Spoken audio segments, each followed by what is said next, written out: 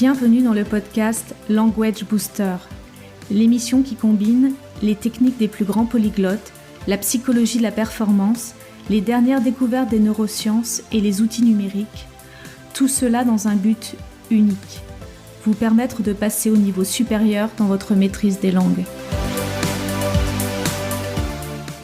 Tout le monde peut apprendre une langue étrangère, quel que soit son âge, son niveau de vie, son niveau d'études, le temps dont il dispose, le lieu où il habite et quelles que soient les tentatives infructueuses réalisées par le passé. Pourtant, si vous regardez autour de vous, que vous ouvrez grand les oreilles et que vous écoutez, vous entendrez beaucoup de douleur et de frustration concernant l'apprentissage des langues. On rencontre beaucoup de personnes qui luttent véritablement pour comprendre ou se faire comprendre, qui ont honte de leur accent, qui n'osent pas se lancer pour communiquer, qui ne peuvent pas accéder à certains postes ou se voient freinés dans leur vie professionnelle parce qu'il faut maîtriser à minima l'anglais et parfois, dans certains secteurs, jusqu'à 2 ou 3 langues en plus de sa langue maternelle. Nous sommes tous convaincus aujourd'hui, je pense, dans notre monde globalisé et dans le marché du travail hyper compétitif dans lequel on évolue, de l'atout ou du handicap que représente la maîtrise des langues étrangères. Et pourtant, malgré cette conviction profonde, très peu de personnes se lancent ou se relancent aujourd'hui en tant qu'apprenants adultes dans l'apprentissage d'une langue. Pourquoi ? La réponse, en fait, elle est incroyablement simple. C'est qu'au fond, la plupart des gens sont profondément découragés. Découragés d'abord par l'approche classique, traditionnelle d'apprentissage des langues, une méthode qu'ils trouvent, souvent à juste titre, scolaire, ennuyeuse et qui n'a pas fonctionné pour eux. Cette méthode traditionnelle, c'est celle que nous avons connue à l'école, qui nous a accompagnés tout au long de nos études et que l'on retrouve partout ailleurs, dans les organismes de formation professionnelle comme dans les cours particuliers, parce que les professeurs qui donnent ces cours ont été formés et complètement formatés par cette approche. La plupart d'entre nous sortons frustrés du système scolaire, frustrés d'avoir suivi des années et des années de cours de langue à l'école pour ne pas être opérationnels dans la vraie vie pour autant, ou alors, si les cours sont un peu loin, d'avoir quasiment tout oublié. Certaines personnes que je rencontre sont écœurées d'avoir parfois investi des fortunes dans des cours particuliers, des formations ou des stages de langue qui coûtent très cher et qui n'ont pas profondément transformé leur niveau en langue, qui ont bien sûr eu un effet bénéfique sur le court terme, mais dont l'effet s'est estompé en à peine quelques semaines.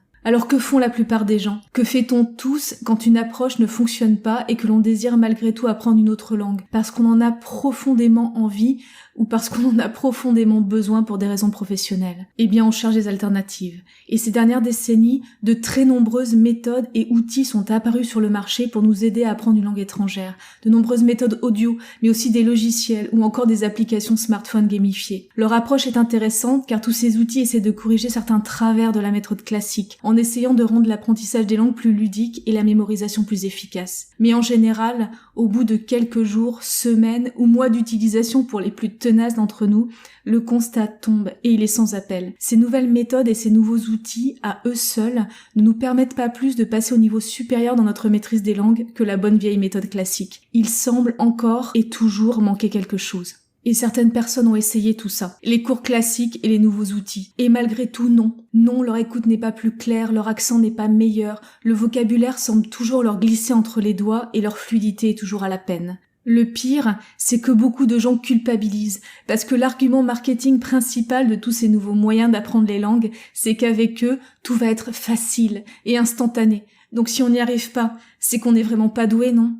C'est terriblement pervers, à tel point que beaucoup de personnes autour de nous ont fini par intégrer au plus profond d'elles-mêmes qu'elles ne sont pas douées pour les langues, ou qu'elles ont une mauvaise oreille, qu'elles ne sont pas capables de progresser, pas capables de transformer leur maîtrise des langues. Ou alors, elles pensent qu'apprendre une langue est une tâche titanesque, incommensurable, et qu'elles n'auront jamais le temps de reprendre un apprentissage sérieux et efficace. Certaines personnes évoquent les dates de péremption cérébrale qu'on nous rabâche depuis des décennies. Vous savez, cette vieille idée d'un âge limite absolu pour apprendre une langue, développer son oreille et avoir un bon accent. Tout ceci est bien évidemment faux. Mais la vision que la plupart des gens ont de l'apprentissage des langues et de leur capacité personnelle est tellement noire et sans espoir qu'ils ont fini par abandonner. Faut-il les blâmer pour ça ? Non. Bien sûr que non. Parce que l'état dans lequel se trouvent ces personnes aujourd'hui est le résultat des échecs cumulés qu'elles ont vécus, aussi bien avec l'approche classique d'apprentissage des langues qu'avec les nouveaux outils qui sont apparus. Parce que cela les a conduits à développer des croyances fausses sur elles-mêmes, sur leurs capacités, ou à se mettre à croire à certains mythes qui existent dans le domaine de l'apprentissage des langues, comme celui des dates de péremption cérébrale que nous avons adressé ensemble dans l'épisode précédent du podcast, pour le détruire, j'espère, définitivement. Au fond, si on réfléchit bien un instant, personne ne nous a jamais appris à apprendre une langue. Ce que cela signifie vraiment, quelles sont les étapes à franchir, les freins auxquels on fait face et les moyens de les dépasser. Tout le monde est en capacité d'améliorer sa maîtrise des langues étrangères avec la bonne approche, le bon mindset, la bonne stratégie et les bons outils, de façon bien plus simple et efficace et fun que tout ce que l'on nous a enseigné jusqu'à présent. Il faut juste accepter de sortir un peu des sentiers battus. C'est ce que je vous propose de voir ensemble dans une série de vidéos gratuites, le Starter Kit, que j'ai mis en place sur l'espace de formation Language Booster. Pour y accéder, rien de plus simple. Il suffit de vous rendre à l'adresse formation.languagebooster.fr, de repérer la formation Starter Kit et de vous y inscrire pour accéder aux vidéos. Je vous mets le lien direct vers l'espace de formation dans la description de ce podcast. Dans l'espace de formation, vous verrez que vous pouvez également avoir accès à l'ensemble des épisodes du podcast Language Booster en téléchargement direct au format MP3.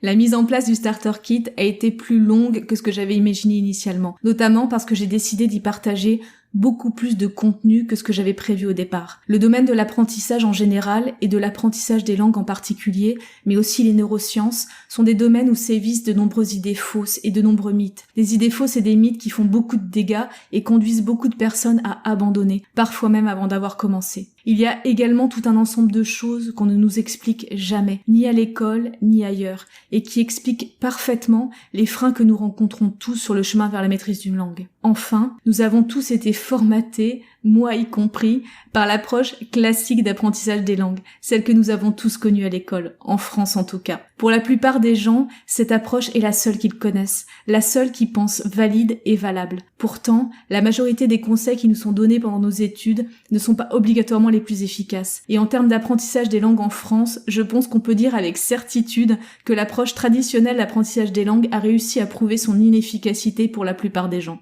Aujourd'hui, les 2 premiers modules du Starter Kit sont enfin disponibles sur la plateforme de formation. Ils rassemblent 14 capsules vidéo et 1h40 de contenu. J'y partage avec vous des informations fondamentales que je partage d'habitude avec les personnes que j'accompagne en individuel.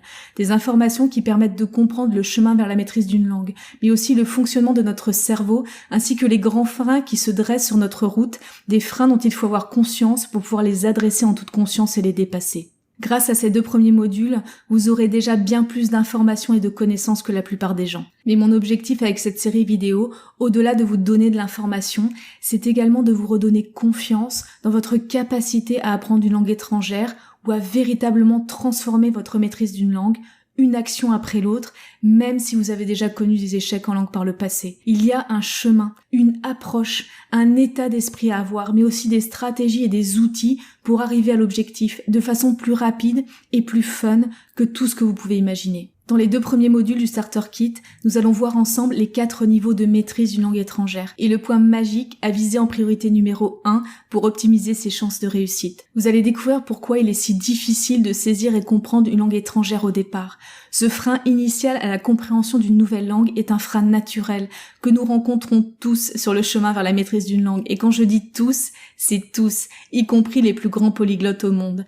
Ce frein, que l'on appelle le crible phonologique, est lié à la façon dont notre cerveau fonctionne et absolument pas un problème d'oreille, comme on le lit trop souvent. Tout le monde doit travailler ce point pour pouvoir adopter le sound system d'une nouvelle langue, pouvoir entendre avec clarté, améliorer son accent et parler avec fluidité et confiance. Pourtant, il n'est abordé dans aucun des cours de langue classique que j'ai pu suivre, et c'est pour moi complètement incompréhensible. Nous verrons également les dangers d'aborder l'apprentissage des langues sous l'angle quasi exclusif de l'écriture, en délaissant l'oral, tel qu'on le voit trop souvent, à l'école notamment. Nous nous pencherons ensuite sur le 2e frein que nous rencontrons tous sur notre chemin vers la maîtrise d'une langue, mais aussi de bien d'autres disciplines, l'oubli. Dès que l'on aborde un nouveau domaine ou le développement d'une nouvelle compétence, il y a toujours une base minimale de connaissances à acquérir. Dans le domaine de l'apprentissage des langues, on pense immédiatement au vocabulaire, mais aussi à toutes les règles de grammaire. Même si ces connaissances sont insuffisantes à elles seules pour devenir véritablement compétent en langue, être capable d'acquérir et de mémoriser plus facilement ce socle de connaissances fondamentales agit comme un véritable booster pour l'apprentissage. Or, l'oubli est un ennemi redoutable. Même si nous sommes attentifs, nous oublions quasi instantanément une grande partie de ce que nous apprenons. L'ampleur du phénomène est assez impressionnante et a été mesurée pour la première fois par un psychologue allemand, Hermann Ebbinghaus, dans une étude mythique qui l'a conduit à tracer la fameuse courbe de l'oubli. Alors, que dit cette courbe de l'oubli? Quelle quantité d'informations peut-on espérer retenir après une séance de travail? Et pour combien de temps? Et surtout, quels sont les moyens et les stratégies à notre disposition pour mémoriser plus facilement, plus efficacement et plus durablement les informations que l'on doit retenir? C'est ce que nous verrons ensemble dans le Starter Kit. Si vous connaissez des personnes à qui cette série vidéo peut être utile, n'hésitez pas à leur faire suivre le lien vers la page de la formation. À tout de suite dans la formation. Go!